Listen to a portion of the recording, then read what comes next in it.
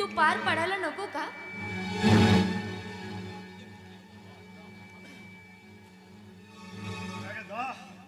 चालते हो इथून, पण एक लक्षात ठेव, यानंतर या घरामध्ये पाऊल टाकता कामा नये.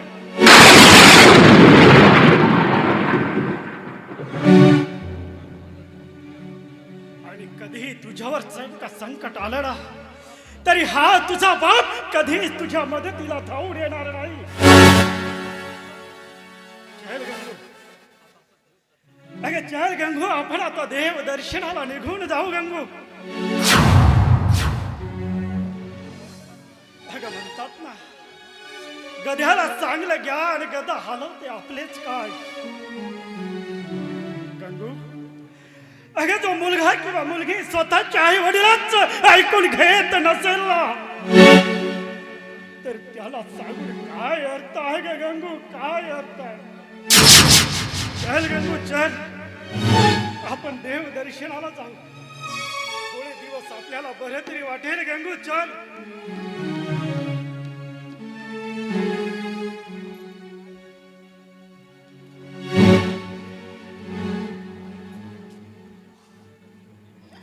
देवा परमेश्वरा,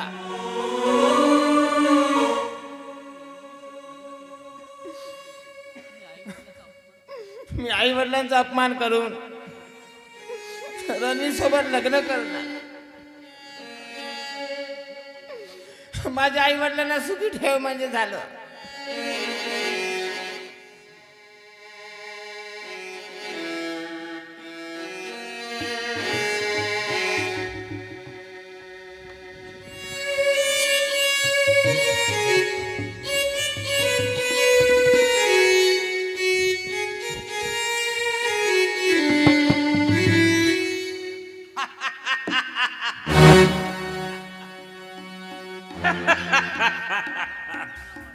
अण्णा पाटील साला शेवटी फसला त्या रणवीरच्या जाळ्यात. मी तुझ्या मुलीसोबत लग्न करून साऱ्या नाही तुझ्या घरची राख रांगोळी केली ना, तर नाव सांगणार नाही रणवीर म्हणून.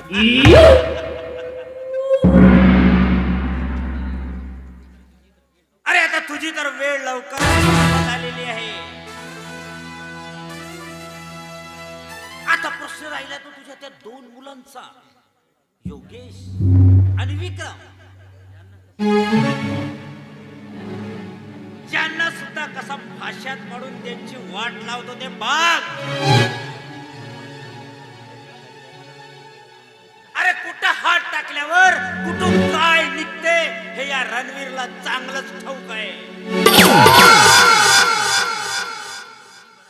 अरे हा साला रणवीर म्हणजे हा बुद्धिबळाचा खेळ आहे म्हटलं, बुद्धिबळाचा खेळ. आता बघच मीनाक्षी, अगं तू माझी बायको तर हो, मग बघ तुझ्या आणि तुला आणि तुझ्या त्या भावाला कसं बरबाद करून टाकतो ते. अण्णा पाटील, अरे जानता नहीं तू इस रणवीर को, साला कितना हरामी कुत्ता है, आदमी है ना, अब पता चलेगा साला तेरे को.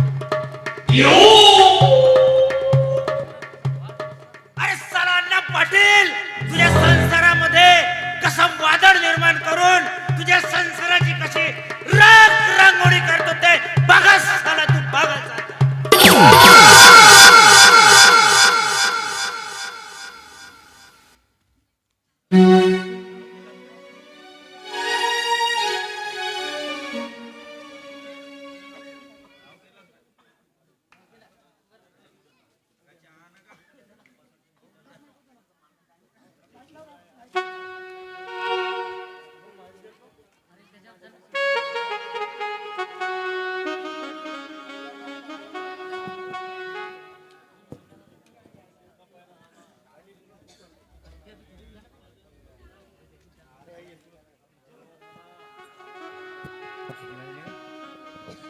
हॅलो,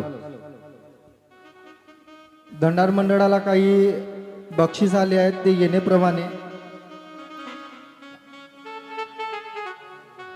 दंडारीला उद्घाटक म्हणून मान्य श्री